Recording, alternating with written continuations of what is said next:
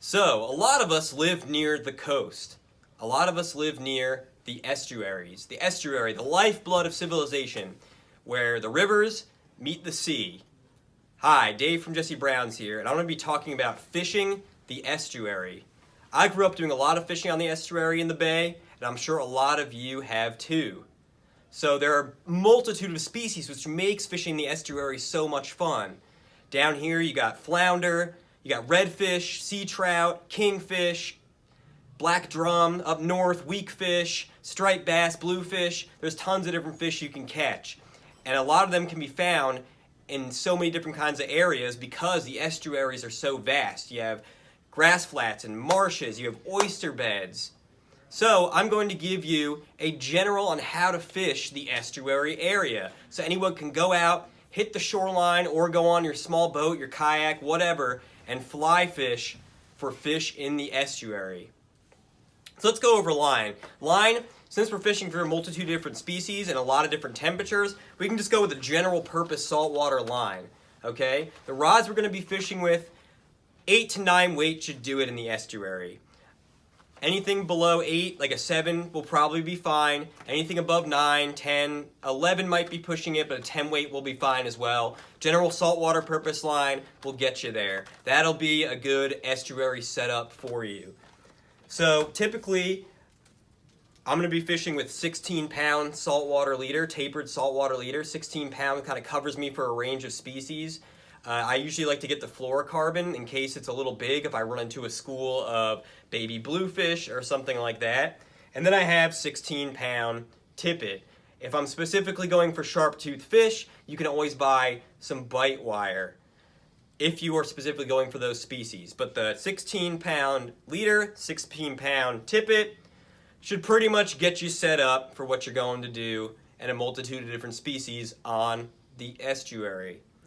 So when I like to fish on the estuary, I want to look for spots that are going to kind of look obvious to most fishermen going out there. So some darker patches, some good cover when the tide comes up. Maybe there's an oyster bed, something like that. What we also got to focus on, of course, is what are the fish eating? You'll recall I did an episode earlier about macroaquatic marine invertebrates. Now I'm going to be talking about some vertebrates as well. So I like to keep the classic clouser minnow. Always have clouser minnows with you. Clouser minnows are going to look like many different kinds of bait fish. Specifically this pattern right here, that classic olive with that classic white, is going to look like a silverside or a spearing, a very, very common bait fish in the estuary. You will see them schooling up in the hundreds. Everything feeds on them. Everything likes them. The flounder, the sea trout, the redfish, the bluefish, they all like to feed on silversides, or spearing is what I used to call them. You also get anchovies, or you also get killifish. Try to match those colors, get a general bait fish pattern to bring with you. These are the just keep swimming. Got a nice silver lateral line down them. This could look like an anchovy. This could look like some kind of herring. It can look like a multitude of different bait fish that have that general silver color, and it has that counter shading, the white on the bottom, the gray on the top, a menhaden, whatever. We also have, if you're fishing in the more tannic waters, tannic being more stained with some of the detritus in the water, it's going to be more of a brown color. We also have that counter shading with the brown, the gray, and the white on bottom. Carry a multitude of different colors. Just bring a lot of bait fish patterns with you. You'll see bait fish schooling. You'll see little fish jumping all over the place. Anytime you're walking along the estuary line, if you're walking in the marsh or you're walking along the oyster beds or just along a shoreline, you're going to see some fish jumping. There's going to be all kinds of different bait fish, shiny bait fish in the water, and fish will most likely be feeding on them. Also, what else are you fish going to feed on? Your crabs, right? Blue crabs, fiddler crabs, or crabs. And of course, shrimp. If you're in the more southern areas, you get a lot more of the larger shrimp, so you definitely need to have some shrimp patterns with you. Everything feeds on shrimp when you get down into the more southern areas. Even in the northern areas, you have some smaller shrimp. You got your ghost shrimp and things like that, and your little prawns and stuff like that. So definitely have your bait fish, your crabs, and your shrimp. Always have those. Just keep those in your fly box when you're walking along the estuary. or fishing on your boat, as I said. So you can fish a lot of these bait fish in the classic way: cast out, strip them in. Strip them the way you think the bait fish are moving, probably darting, doing a lot of darting, right? Especially if you see a school of bait fish. That is a very classic way to fish all your bait fish patterns, your clouds or minnows, your just keep swimmings, whatever, deceiver, whatever bait pattern is going to be using. All right, another great way to do it, especially if you're fishing crabs or shrimp, something that's going to kind of bop along the bottom. Make it easier on yourself. Bring a big strike indicator. This is a 1-inch airlock strike indicator.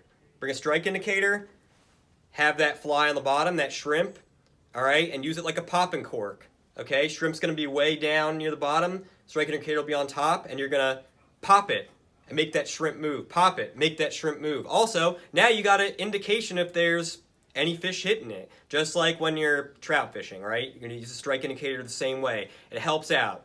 It's actually a really great setup fishing along oyster beds. If you're bopping along crabs or shrimp along oyster beds, go ahead and bring a strike indicator.